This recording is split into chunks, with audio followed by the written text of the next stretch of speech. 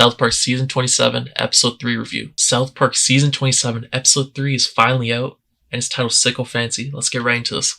So, going into this episode, obviously we waited a bit for it because of the delays that have been ongoing throughout the season, including for this episode, of course.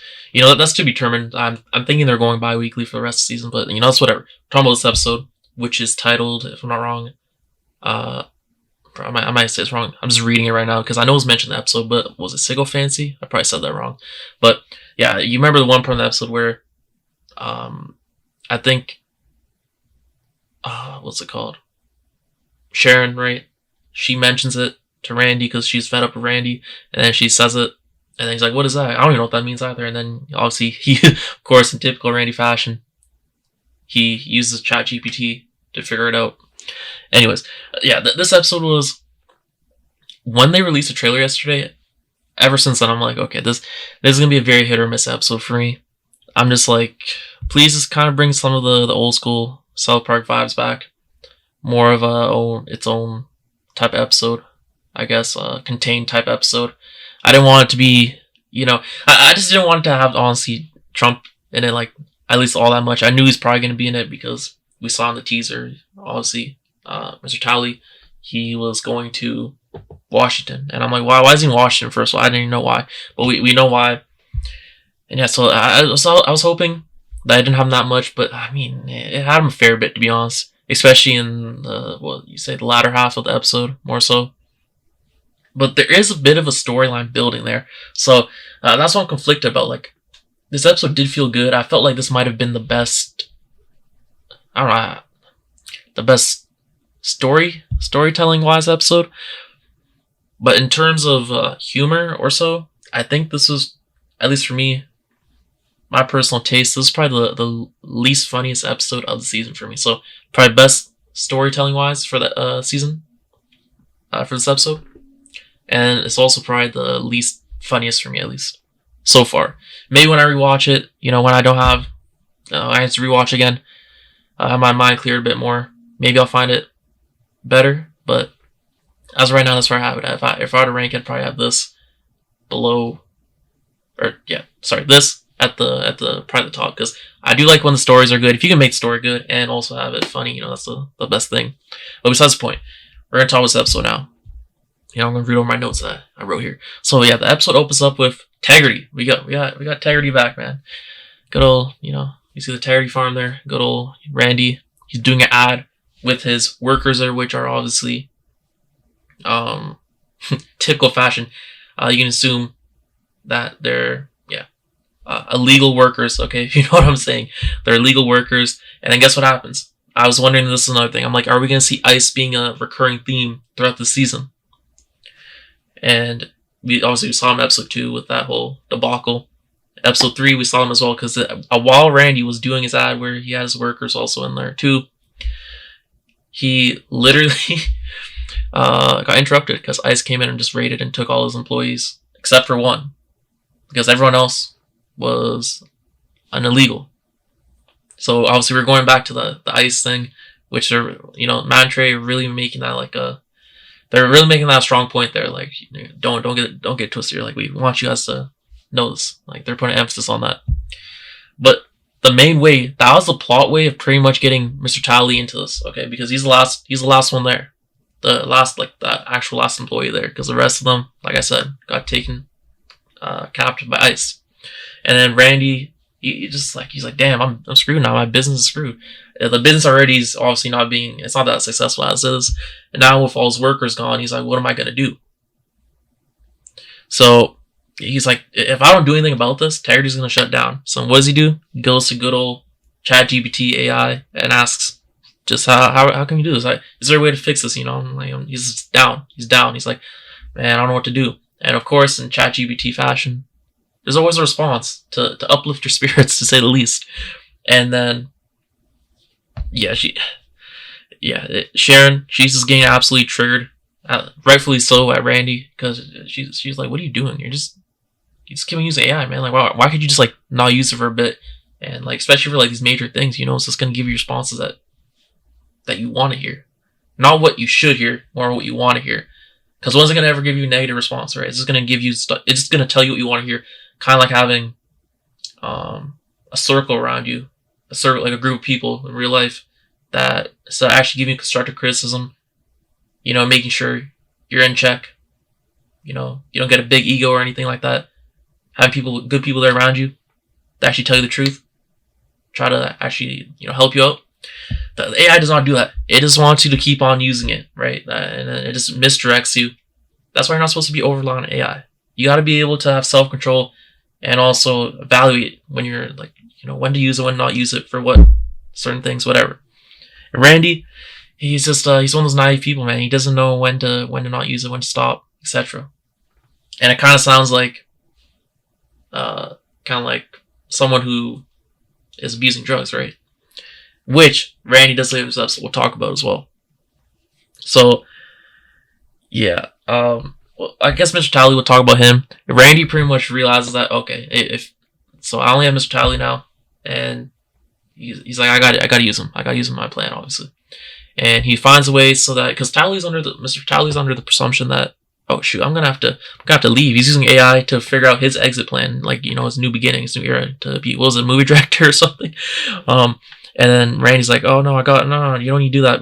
I got a plan now. And then they go to obviously the coffee shop, and then they just discuss their plan. And they're like, Randy's like, we gotta do this tech thing. We gotta integrate tech in here. And obviously, the AI was our use to get into tech. So he's like, the tech, like kind of like Silicon Valley. We gotta have our tech brand. And then they name it, if I'm not wrong, it's Techridy, like Tegridy, but Techridy. So it fits the Silicon Valley type vibe right there, just because it's tech related, which is what they're making fun of. Like tech, an underlying theme in general, like obviously AI. That was a big theme. But if you even want to just go even more, like, I guess, general, it's just them making fun of Silicon Valley, tech as a whole. Because we see, what was it? In this episode, when you see Randy doing the presentations, kind of like the PowerPoints to his employees, per se, it kind of reminds me of Apple, right?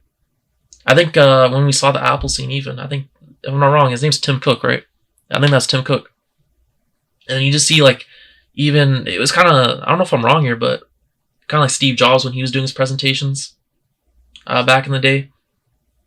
Kind of like the same type of vibe or mannerisms. That's what I picked up on. I don't know. And also I picked up on his last episode as well. But the vans that ICE use when they obviously detain people, I don't know why I didn't say this in my last review, but they literally look like Enterprise. The car rental company. It looks like their type of thing. I don't know if that has any relevance or anything or not, but I just want to say that because I didn't say it in my last review.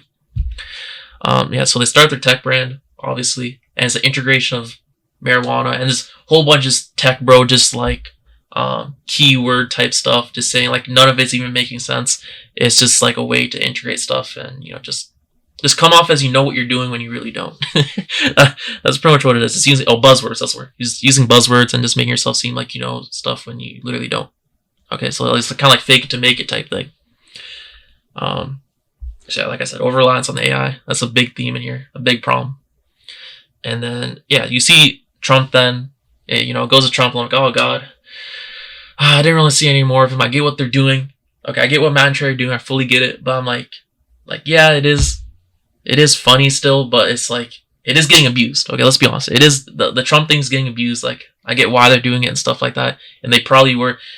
Knowing Matt and Trey, that whole thing was probably dead serious. Where at the end of the first episode, at the PSA thing, it was like 0 out of 50, or sorry, 1 out of 50. We might be seeing the rate is going. I wouldn't be surprised if we saw him if they actually fulfilled that thing. If we actually see him in the next or like 50 episodes, man, I wouldn't be surprised if the rate is going. But then again, I kind of have a theory at that. I don't know. It's kind of like a theory. But yeah, you see Trump having pretty much just meetings, like meet and greets, essentially with a whole bunch of rich and famous, powerful people across the world. You see the first one is I don't know if she's the governor of Florida or something, but someone from Florida, and then she gives a statue or something to him, whatever. And then obviously the theme is that everyone there they have to be careful. They're walking eggshells with Trump. You got to be careful. Say you got to say what he wants here. That's another theme, right? Like I said, the AI says what you want to hear, what you want it. Yeah, what you want it to say to you, what you want to hear. Same thing with all these people that meet Trump. They say what Trump wants to hear so they can get what they want, and just make sure obviously they don't get in trouble from Trump, because then he's gonna sue you and etc. You get what I'm getting at. So we have the guy, I think it was Tim Cook as well there. We had Apple, of course, and then we had someone from Qatar. I'm guessing that's their president, prime minister, or someone at the administration there. Not too sure. Yeah, everyone there just sucking up Trump. They're just scared out of fear, and they also just want to get what they what they want. And then we see, okay, you guys know if you've been watching my reviews, I never say his name, but we see the big red guy, and we know that he's trying to get rid of Trump, or well, not get rid of Trump. He's trying to escape Trump, the whole situation, but he can't. He's stuck. Okay, at least he feels stuck, because he knows that Trump has all his resources, all his power, so he'll easily just find him again. It's kind of interesting because in this episode, I think it was near the end, the last few minutes, it makes me think like the way the big red guy is describing, the way how he feels, like the terror he's describing that Trump is, like how bad of a person Trump is, the way he's describing him, how badly he wants to leave Trump. It makes you think, oh my god, bro, they're kind of making me feel sympathetic for him. I'm like, what the hell? I'm like, they're making Trump seem like he's so bad that even the big red guy, you gain some sympathy for. I'm like, this is crazy. I'm like, why am I feeling like this? So that's why I'm saying the storytelling in this episode is kind of good, because it makes you feel like that Trump, they make it seem like Trump is even worse than where the big red guy is from, if you get what I'm saying. I'm like, wow, it's kind of layered in a way, the meanings in this episode. It's pretty well done, to be honest. And obviously you can see here the 2 week delay. The script is way more tighter this episode, I'd say. At least after first watch for me, that's what I'd say. I think it's way tighter. Storytelling in this episode is very good. And also, there's a one shot, like, in terms of animation, there was a one shot there with Mr. Towelie, when, like, it's like the first shot of him where he's smoking. I'm like, damn, that looks crisp. You could tell that one took a lot of time. But then again, even other stuff in there, I feel like, in terms of Randy doing his presentations, etc., I feel like those took a lot of time as well. They were detailed. Yeah, anyways, besides the point. Like I said, the big red guy's trying to escape, and he uses AI. And the AI just says what he wants to hear. And remember, it's not... in real life situations, I feel like you shouldn't use AI. And it just, obviously, further proving it here, because it can't calculate all the outcomes, all the different possibilities, kind of like in what Doctor Strange was saying in Avengers. Was it Endgame? There's so many possibilities, man. Yeah. So, and then they start talking about Randy. Starts talking about this pretty much this drug. Okay, this drug. He's explaining, Mr. Towelie, we gotta use this because we're tech bros, man. We gotta use this. It keeps our brain going. It's fresh. We don't get tired, whatever. So we can keep on having innovative ideas, whatever. And it's called micro something, but it was actually ketamine. They're just snorting ketamine, and they're just trying to be like the Silicon Valley guys, just focus. Which is a joke, obviously. These guys, the tech guys, how are they always like that? But anyways, that was kind of funny. And then fast forward, I think this is after the commercial break. We see Randy and Mr. Towelie. They go to the facility where they're holding all of the detainees, the ones that ICE captured. So ICE controls this area. And pretty much, you see Randy just using AI to then convince the officer to let him through. And it's like the weirdest thing. It's like, he's like, it's just weird. Just showing kind of the power of AI, how it works even. Like, it's so random. It's so random. Because, like, it goes back to that. It says what you want it to say. Like, what you want to hear, it says. The security guy was probably, or the officer was probably just trying to hear, we got security, or we got clearance. Just go through, right? It goes back to that theme, I feel like. And then, they have a generator, and then they have to like find a way to disarm it so that they can go and get their one Spanish worker that they can illegally work. And then they use AI. Right? He uses AI to figure it out, and then he gets Mr. Towelie to just take the first one he sees, and then they take him, and then they just stuff him in the back of the van, and they drive off while the ICE what am I calling them? The ICE officers, whatever, while they're going after him. They're running after him, and then he's like, I forget what Randy says, but it was very funny as they were chasing after him. I think he said AI or something. It was, bro, that was pretty hilarious in my opinion. And then Randy's wife starts to use AI. Funnily enough, because even though she was against it, she was using it, I guess, because she was just down, bro. She's like, what's going on in my life? She has ideas, and she sees, pretty much long and short, the whole point of it is that she sees how addictive it can get. So I guess she kind of understands Randy's point of view. And also it's a way for her to realize, how can I take this down, which we find out later in the episode. Because she asks the AI to help Randy out. And then Randy realizes, he's like, oh shoot, we need to get the federal legislation, law, whatever, changed. And also that means we have to send, for marijuana that is, to send one of our guys. So he sends Mr. Towelie there in hopes of changing it, so that their business can level up and just succeed. It can prosper. And then fast forward there, Mr. Towelie, he finally reaches Washington, and he goes through all the iconic monuments in Washington, and there's littered with military everywhere. And then obviously, kind of obvious, kind of not though, a whole bunch of the monuments are changed, like the statues, or the iconic ones are changed as being Trump, and him just having his thing out, his little thing out, man. So obviously it's another jab there at having small wiener energy, man. That's what it is.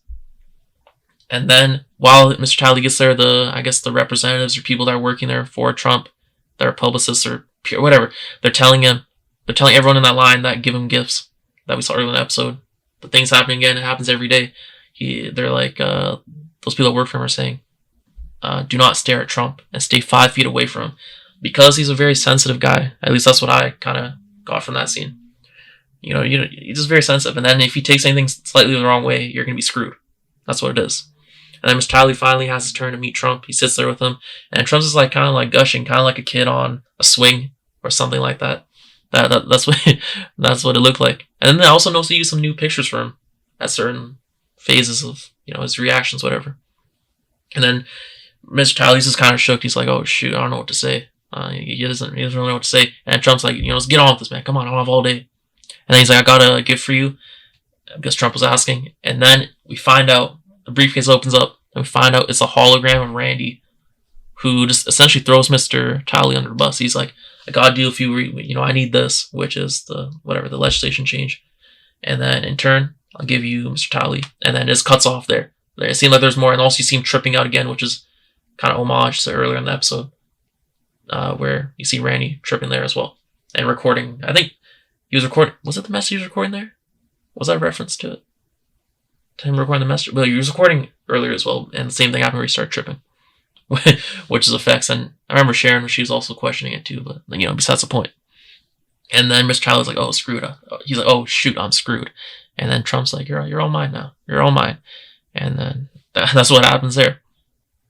And then next up, we see Randy. He's just chilling on his front porch. And he's, sitting in the rocking chair, chilling. He's just absolutely zoned out. He's baked. He's cooked. And then Sharon's like, what? She's like, bro, she knows. And then she pretty much acts as AI to get the information out of Randy and essentially just try to help him, just act as AI, because she knows that he used AI to solve all his life problems. So then she realized that she could use AI, or act like AI, to just get advantage of that and try to help Randy and just everything, man. Everything, all the problems they're having in their life, try to fix those. Just tie up loose ends, essentially, by acting as AI. And it works. Because, Randy then finally started admitting, he's like, yeah, we're in even more crippling debt. And, yeah, I haven't done anything. I've only made things worse here. And we're going to have to sell everything, whatever. And then she just acts as AI to pretty much get it close to us. And then I could tell here, I'm like, okay, this is where they're going to, obviously, have the Tegridy saga end here. And I don't know, let me know in the comments section down below, because if I recall, a while ago, Tegridy did not end. Am I tripping? Was that a special or something? I'm trying to remember, like, did Tegridy not end? Because I was under the presumption that it did end. Unless I'm tripping, let me know. But either way, I'm like, okay, this is obviously, I can tell what they're doing. This is a way just to close the Tegridy saga. And then we see it goes back to Trump, and it's supposed to be like a Comedy Central presents sitcom type thing from the 60s, 70s, 80s, whatever. And then you have the laugh track, the laughing gag there too. And then it's a Trump sitcom with also the big red guy Trump. And then you see JD Vance as well. He's like, oh, because Trump, he just wants to, get it on with the big red guy. And the big red guy's like, no, I don't want to. And JD Vance is like, oh, my, Trump, my master, whatever. I can do this for you. And then the big red guy's just fed up, and then he just storms off into the bathroom again, like how he did earlier. And then he's like, God damn, I want to get out here. And then you hear Mr. Towelie, and then we realize, oh shoot, he's on the towel rack. And I'm not gonna say it. You also see the baby oil there too, but you see some type of residue on him, and it's not water. It's not like you just go wash your hands, put some soap on your hands to wash your hands, and then you dry them off with the towel. No. This is not look like it was soap or water or anything, okay? Because it would have been illustrated differently, okay? This looks like something else. I'm not gonna even say it, but I'm thinking. And Mr. Towley's raises his, because he's full in half, and then or he doesn't raise it. The big red guy raises him, and he's like, help me. He's like, help me. And then, yeah, the big red guy was considering it, but then he realized, he's like, oh shoot, I'm kind of, there's no saving us, right? We're screwed, bro. And then it just kind of ends like that. And the big red guy, he wants to leave, so is Towelie, but he realizes there's no leaving, because like I said earlier in this video, in this review, the big red guy, they established that the big red guy, he's less powerful than Trump, which is crazy to say, because the big red guy, we know what he represents in real life. So they're saying that Trump is such an evil person that even pure evilness like this has nothing on him. I'm like, bro, this is insane. This is actually insane. He's even staying in his place because he's scared of Trump. It's actually kind of insane, the messaging here. And then, yeah, you see Towelie, Mr. Towelie, he's just stuck there, which is probably going to be ongoing storyline in the rest of the season, because we did see build up in this episode where the big red guy's getting more and more fed up. He's getting closer to just, at least now he's thinking about escaping, actually considering it, and he's getting more and more fed up with Trump. So who knows if this is going to tie into the whole Trump reveal thing or not, but we're getting somewhere here. We're finally building up here. So I'm expecting in the next, obviously, to end the season, episode 4, episode 5, episode 6, the finale, just the next 3 episodes in the season, and by the end of it, to have a big reveal or something, a big type of closure to this storyline here, because in this episode alone, we saw a lot of development for it. But anyways, this episode, like I said, storyline, I thought it was the best of the season. But in terms of humor, there were some funny moments. Now I'm talking about it, I realized there were some funny moments for me, but the humor was a bit off for me. I'll just say that. Anyways, let me know what you think down below. Thanks for watching. I'll see you next one. Peace.